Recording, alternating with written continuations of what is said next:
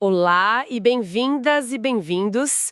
Hoje a gente vai mergulhar num material assim super prático, focado em conversação em inglês. Uhum. A ideia é montar uma espécie de kit de sobrevivência mesmo, sabe? As conversas do dia a dia. É uma ótima analogia. A gente vai do básico, do quebra-gelo, até a arte de negociar o que se quer e precisa. E é exatamente isso, uma construção. Porque, sabe, muita gente até conhece a gramática, as palavras, mas na hora de uma conversa real, trava. Exato. O que a gente vai fazer é olhar para os tijolos e a argamassa que conectam tudo. As expressões, as palavrinhas que mudam o tom, são as nuances que fazem a diferença. Perfeito. A nossa fonte aqui é um guia que, nossa, faz isso de um jeito brilhante, usando diálogos que parecem de verdade. Sim, Então, nosso trabalho vai ser meio que desmontar esses diálogos para pegar os macetes, sabe? Aquelas coisinhas que fazem o inglês sair do básico de cursinho. e virar uma conversa fluida de verdade. Isso, e a gente vai usar 3 cenários como estudo de caso. O encontro inesperado, a tarefa de marcar compromissos e a busca por um novo lar. E o legal é que esses 3 cenários cobrem uma gama enorme de interações. Do super informal ao mais formal. É um treinamento completo. Ok, vamos analisar isso então. O primeiro cenário é o mais comum de todos. Duas amigas, Nicole e Jen, que se encontram na rua, por acaso. Uhum. E a conversa já começa de um jeito que eu adoro, super natural. Hi, Jen! What's up? I haven't seen you for ages. É um ótimo ponto de partida. WhatsApp é um clássico, né? Mas o material também fala da variação What are you up to? Ah, sim. E tem uma diferença sutil aí. O WhatsApp é quase um E aí, tudo bem? Já What are you up to? É mais um O que você tem feito? Não é uma diferença gigante, mas pode convidar uma resposta mais detalhada. Faz todo sentido. E a resposta da Jen é fantástica. Nicole, fancy running into you here. Essa expressão, fancy running into you, tem uma energia ótima, de surpresa boa. Com certeza. Run into someone é a expressão perfeita para um encontro inesperado. O fancy só dá um toque de animação. E a conversa flui a partir daí. Elas falam da vida profissional, a Jen trabalha numa loja de roupas e descreve as peças como so trendy and different from the run of the mill. E essa expressão run of the mill é muito boa. Ótima. Eu sempre penso nela para descrever algo que é comum, ordinário, sem nada de especial, sabe? E sobre os planos da Jen? That's definitely a step in the right direction. É uma forma super positiva de validar a ambição de alguém, né? Totalmente.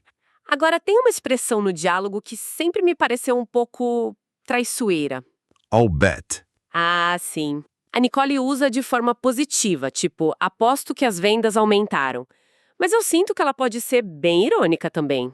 Como a gente diferencia? Essa é uma daquelas armadilhas clássicas. E você tá certíssima. A mesmíssima frase pode significar com certeza acredito ou até parece, duvido muito. E aí? Como saber? A única pista é o tom de voz. E o contexto, claro. No caso da Nicole, o tom é de entusiasmo. Ela realmente acredita na amiga. Mas e no outro caso? O sarcástico. O material dá um exemplo ótimo.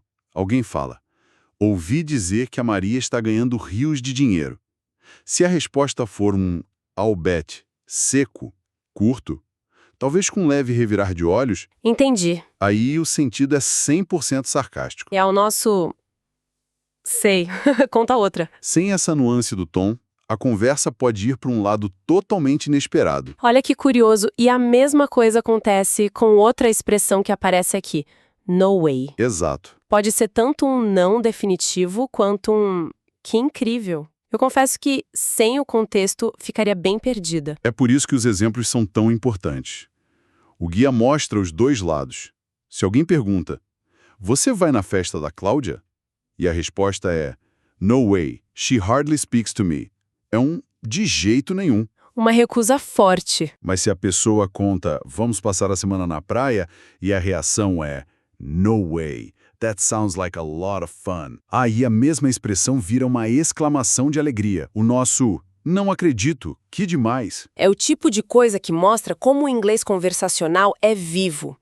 E para fechar esse encontro, elas usam duas expressões essenciais: keep in touch e let's catch up soon. E saber encerrar com um Let's Catch Up Soon naturalmente nos leva à próxima etapa. Como de fato marcar esse reencontro. Uma transição perfeita. O que nos joga direto no nosso segundo cenário. Exato. Agendamentos. E aqui o tom já pode mudar drasticamente. O material nos dá 2 diálogos para comparar. No primeiro, a Lisa liga para marcar um exame médico. A interação é formal, polida. Ela diz: I'd like to make an appointment for a complete physical. É a linguagem padrão, né? Educada, direta. Ela usa I would like, que é mais formal que I want. Exato. Mas na cena seguinte, a mesma Lisa precisa desmarcar um almoço com a amiga. E aí a informalidade toma conta. Ela já começa com listen, I'm not gonna be able to have lunch with you. E esse listen no início já muda tudo. Muda. É um jeito de dizer, olha, preciso te falar uma coisa. Funciona como um marcador, sabe? Prepara o ouvinte para o que vem aí. É um ótimo ponto. E o material aproveita esses diálogos para aprofundar em ferramentas gramaticais que são, assim, o pesadelo para muita gente. A começar pelas preposições. In, on e at. Ah, o terror de todo estudante de inglês. Eu mesma ainda penso 2 vezes antes de usar. E não é para menos, mas o que oferece uma lógica bem simples, que vai do geral para o específico. Tipo um funil. Funil? Como assim? In é para o mais amplo, meses, anos. In October, in 2014. On, afunila um pouco, para dias e datas específicas. On Friday, on August 13. E o at? E at é o ponto mais específico da pirâmide. Horários exatos, at 10 o'clock, e locais precisos, at the State Theater. Pensar nessa lógica de funil ajuda a memorizar, né? Gosto dessa ideia do funil. E além das preposições, os diálogos estão cheios de verbos modais, outro tópico que pode dar um nó na cabeça. Sim, e o material fala da diferença entre can e may, por exemplo. A clássica. Exato. É uma distinção entre habilidade e permissão. She can cook é a habilidade dela. Mas se você quer pedir permissão de forma mais educada, o ideal é may we sit here. Can we sit here não estaria errado, mas soa mais informal. Bem mais informal. Quase como se estivesse perguntando se é fisicamente possível sentar ali. Entendi. E no caso de dar um conselho, a diferença entre should e must também é crucial, né? É uma questão de intensidade. You should go home é um bom conselho, uma sugestão. Agora, se um médico diz you must take this medicine. Aí não é mais sugestão, é uma ordem. Exatamente. É uma obrigação. Must carrega um peso de necessidade, de regra. E para fechar os modais, a diferença sutil entre would like e would rather. Ah, sim. We would like 3 ice cream cones. É um pedido, um desejo direto. Would rather entra quando tem uma escolha, uma preferência. Uma coisa em vez de outra. Isso. She would rather teach algebra than geometry. Ela prefere uma coisa à outra. É uma ferramenta de comparação. Fora a gramática, o que mais me chamou a atenção nesses diálogos foram as pequenas expressões que gerenciam a emoção da conversa. Quando a Lisa descobre que não vai dar para almoçar, ela solta um oh, dear. É uma coisinha pequena, mas comunica desapontamento de um jeito tão eficaz. Perfeitamente. É muito mais natural que dizer I am disappointed. E outra expressão super versátil que aparece é no problem. Verdade. A recepcionista usa para dizer sem problemas, posso remarcar, e a amiga da Lisa usa como resposta um pedido de desculpas. Funciona nos 2 casos. E tem a minha expressão favorita dessa sessão. Deixa eu adivinhar. Quando a Lisa explica por que precisa desmarcar. I have too much on my plate. Ah, essa é ótima. É maravilhosa, a imagem é muito clara. Você visualiza um prato transbordando de tarefas. É muito mais elegante que dizer I'm very busy. Sem dúvida. E essa sensação de estar sobrecarregado, muitas vezes, leva a gente a precisar de grandes mudanças, como encontrar um lugar melhor para morar. Ótima ponte. O que nos conecta ao nosso terceiro e último cenário. Alexa, é uma negociação. Temos o Ted, um cliente, e a Shirley, uma agente imobiliário. E a situação é um clássico.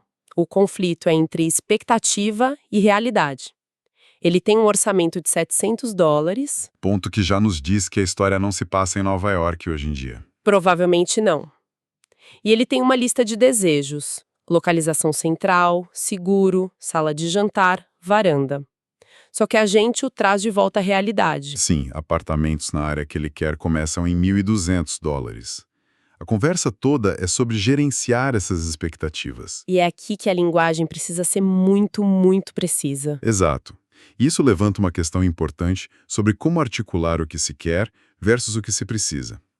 O material diferencia 4 verbos-chave: need, want, would like e have to. Certo, que à primeira vista parecem quase a mesma coisa, mas a intenção por trás de cada um é bem diferente. Muito diferente. Need é o mais forte. É uma necessidade, um requerimento. I need a doctor não é uma opção. Certo. Want é um desejo, mas geralmente um desejo que se acredita ser alcançável. She wants to go to college implica que ela tem um plano para isso. E o would like? Onde ele se encaixa nessa história? Would like é um desejo um pouco mais distante ou mais polido. We'd like a house with 4 bedrooms. Descreve a casa dos sonhos, que pode ou não ser viável. Entendi. E have to é obrigação. É obrigação que pode ser imposta por você mesma ou por outros. I have to get my car fixed.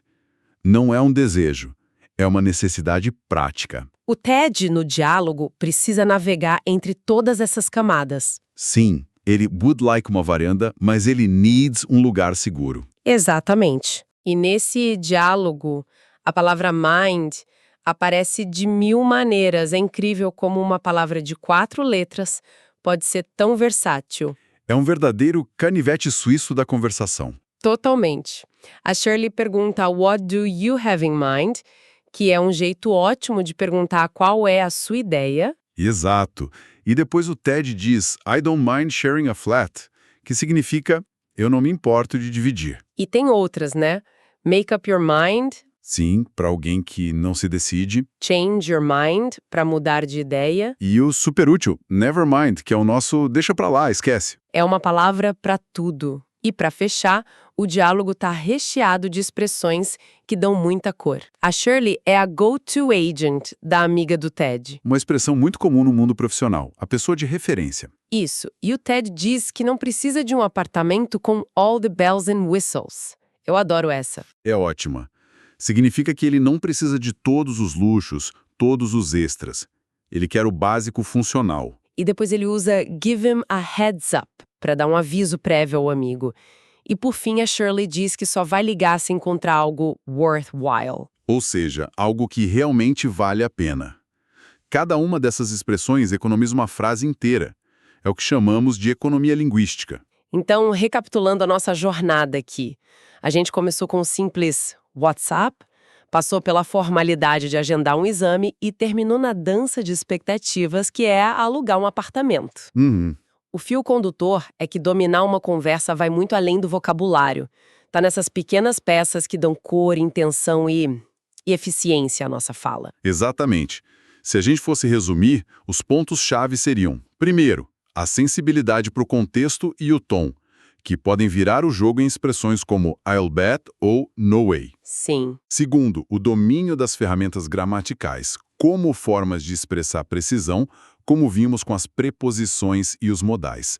E terceiro, a escolha do verbo certo para expressar a intensidade exata do seu desejo. A diferença entre need, want e would like. Exato. É a diferença entre apenas falar a língua e realmente se comunicar nela. Perfeito. E para deixar uma reflexão final, o material que a gente analisou está cheio de exercícios, o que é ótimo, mas, para além da prática mecânica, fica a provocação. Qual? Qual seria o impacto de escolher conscientemente uma única expressão nova que vimos hoje, seja have too much on my plate ou run of the mill, e se desafiar a usá-la numa conversa real nos próximos dias? Um pequeno experimento. Um pequeno experimento. Como isso poderia não só fixar o aprendizado de uma forma muito mais poderosa, mas também, quem sabe, abrir uma nova camada de expressividade e confiança na comunicação.